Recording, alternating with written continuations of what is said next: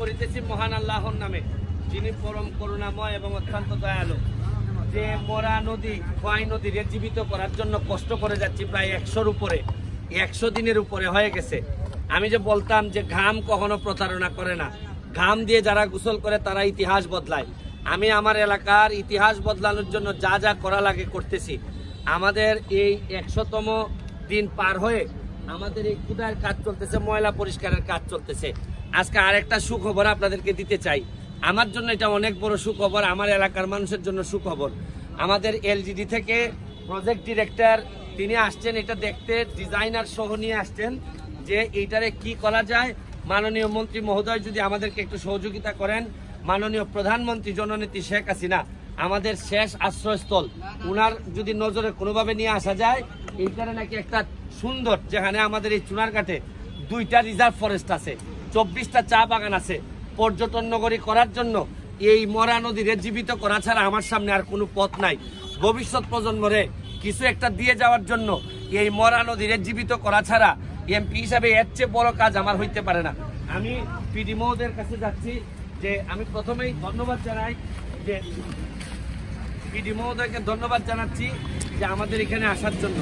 আমি এবং ডিজাইনার উনিও আসছেন, আমাদের এক্সেন আসছেন, আমাদের উপজেলার চেয়ারম্যান এবং আমাদের কাজী লস্কর সাহেব এবং সাইফুল সাহেব যিনি আমাদের পৌর মেয়র আসছেন। আমি এখন পিডি মহোদয়ের জিজ্ঞেস করতে চাই যে মানে আপনি কি দেখলেন, একটু যদি বলতেন যে সম্ভাবনার জায়গাটা, আমি ওনার কাছে যাব, আপনি যদি একটু বলতেন এদিকে থাকে। ধন্যবাদ মাননীয় সংসদ সদস্য মহোদয় এবং স্থানীয় জনগণকে। সংসদ সদস্য মহোদয়ের আহ্বানে আমি এখানে আসি এই যে নদীটা দেখতে এবং ওনার অনুরোধে পরামর্শ দিতে কি করা যেতে পারে। এখন এখানে শুনলাম যে আমাদের এলজিডি থেকে একটা প্রজেক্ট অলরেডি এখানে আছে, তার সাথে সমন্বয় করে সংশ্লিষ্ট প্রকল্প পরিচালক মহোদয়ের সাথে কথা বলবো, তার সাথে সমন্বয় করে আরও কিছু করা যায় কিনা। আমার সাথে স্থপতি আছে, প্লাস তার প্রজেক্টের স্থপতি আছে, সমন্বয় করে আর কি করা যায় সেটা আমরা আলাপ করে মাননীয় সংসদ সদস্য মহোদয়কে অবহিত করব। থ্যাংক ইউ, আমি ধন্যবাদ জানাচ্ছি। এখন আমাদের ডিজাইনার যিনি আর্কিটেক্ট, আপনি মানে শুধু আপনার জায়গা থেকে না, আমার স্বপ্নের জায়গা থেকে, যে এই জায়গাটা যেহেতু জানেন 2টা রিজার্ভ ফরেস্ট আছে এখানে, আপনার এই যে ওই ভিতরের জায়গা থেকে একটু যদি বলতেন যে কি ধরনের জিনিস সম্ভব এই জায়গায় করা। আসলে চুনারুঘাট এবং মাধবপুর উপজেলায় বাংলাদেশের অন্যতম বৈশিষ্ট্যপূর্ণ 2টা ফরেস্ট অবস্থিত। এর মধ্যে একটা হচ্ছে রেমাকালেঙ্গা, একটা হচ্ছে সাতচুরি।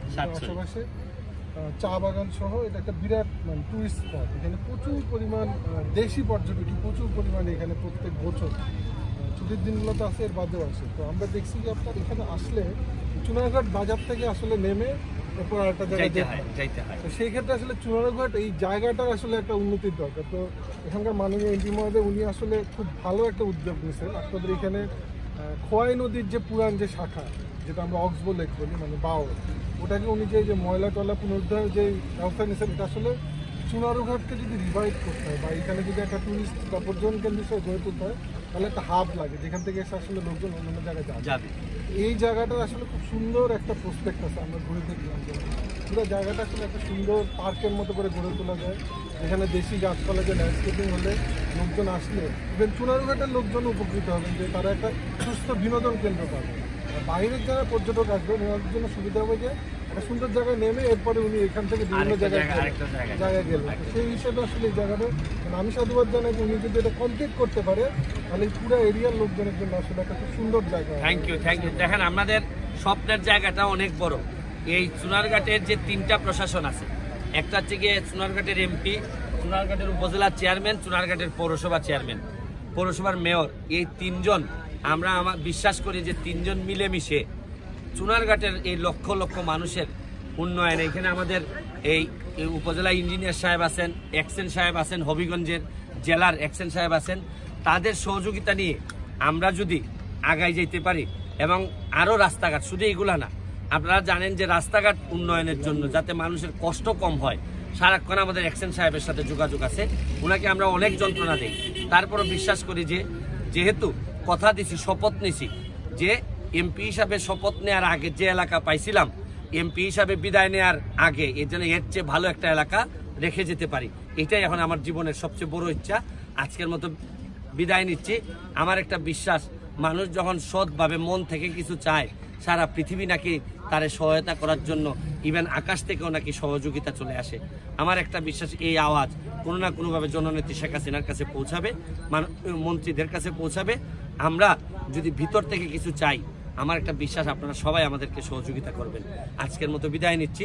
বঙ্গবন্ধুর এক টুকরা সোনার বাংলা আমি হবিগঞ্জের মাধবপুর সোনারঘাটে আপনাদেরকে এই দিতে চাই। এটার জন্য আমি আপনাদের সকলের সহযোগিতা চাই। ভালো থাকবেন। জয় বাংলা, জয় বঙ্গবন্ধু।